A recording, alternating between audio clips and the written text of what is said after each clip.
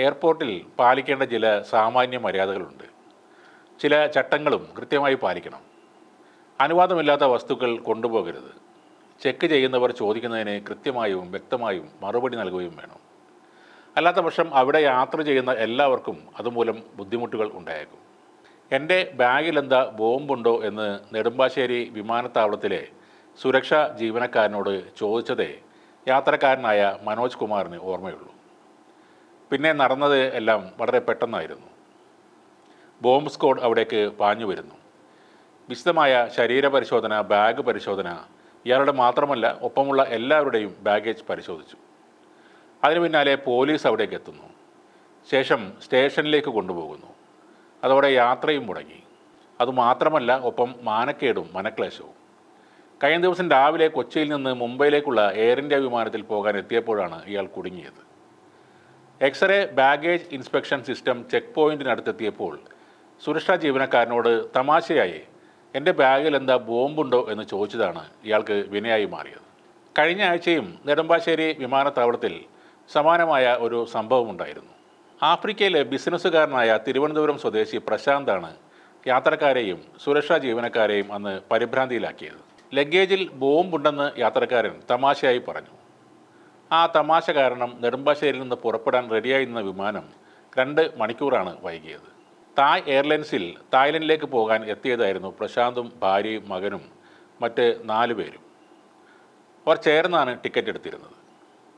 ബാഗിൽ എന്തുണ്ട് എന്ന സുരക്ഷാ ഉദ്യോഗസ്ഥരുടെ ചോദ്യം ഇഷ്ടപ്പെടാതെ വന്നതോടെ അതിൽ ബോംബാണെന്ന് പ്രശാന്ത് മറുപടി പറയുകയായിരുന്നു. യാത്ര മുടങ്ങിയെന്ന് പ്രത്യേകം പറയേണ്ട കാര്യമില്ലല്ലോ.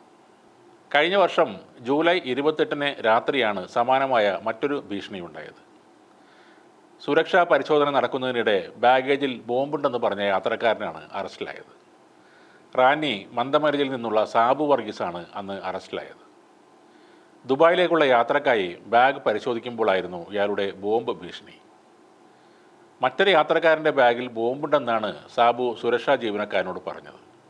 ഒരുപാട് സമയം വിമാനത്താവളത്തിൽ കാത്തു നിൽക്കേണ്ടി വന്നതിൻ്റെ ദേഷ്യത്തിലാണ് ഇങ്ങനെ പറഞ്ഞതെന്ന് സാബു പിന്നീട് വിശദീകരിച്ചുവെങ്കിലും അതിനൊന്നും യാതൊരു ഫലവും ഉണ്ടായില്ല. അദ്ദേഹത്തിന് യാത്രാവിലക്കും അടിച്ചു കിട്ടി.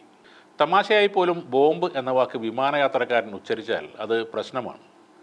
യാത്രക്കാരുടെ ഭാഗത്തു നിന്ന് സ്ഫോടനം, ഹൈജാക്ക്, ബോംബ്, പൊട്ടിത്തെറി എന്നിങ്ങനെയുള്ള വാക്കുകൾ കേട്ടാൽ സുരക്ഷാ ഉദ്യോഗസ്ഥർ ഉടനടി റിപ്പോർട്ട് ചെയ്യുകയും തുടർ നടപടികൾ സ്വീകരിക്കുകയും ചെയ്യണം. അതാണ് നിയമം. വിമാനത്താവളത്തിലെ ഉദ്യോഗസ്ഥർ യോഗം ചേർന്ന് ബോംബ് ത്രെറ്റ് അസസ്മെൻറ്റ് നടത്തിയ പരിശോധനകൾ പൂർത്തിയാക്കാൻ സാധിക്കും.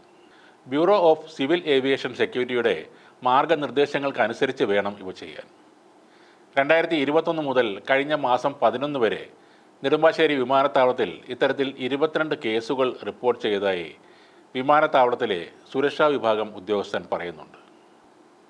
ഇങ്ങനെ വ്യാജ ബോംബ് ഭീഷണി മുഴക്കുന്നവരെ പരിശോധനയിൽ ബോംബില്ലെന്ന് കണ്ടെത്തിയാൽ വെറുതെ വിടുമെന്നാണ് പലരുടെയും ധാരണ. എന്നാൽ കാര്യങ്ങൾ നമ്മൾ വിചാരിക്കും പോലെ അത്ര എളുപ്പമല്ല.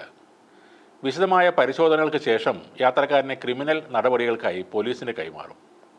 5 വർഷം വരെ തടവും ലഭിച്ചേക്കാമെന്ന് മാത്രമല്ല, കൂടുതൽ കുഴപ്പക്കാരാണെന്ന് കണ്ടെത്തിയാൽ വിമാന കമ്പനികൾ ഇവരെ ബ്ലാക്ക് ലിസ്റ്റ് ചെയ്യുകയും ചെയ്യും. തമാശയെന്ന് കരുതി ചെയ്യുന്ന ചില കാര്യങ്ങൾക്ക് പോലും വലിയ വില കൊടുക്കേണ്ടി വന്നേക്കാം. വിമാനത്താവളത്തിലെ സുരക്ഷാ സംവിധാനങ്ങളെ സംബന്ധിച്ച അറിവില്ലായ്മയാണ് പലരെയും ഇങ്ങനെയുള്ള അബദ്ധങ്ങളിൽ കൊണ്ടുപോയി ചാടിക്കുന്നത്.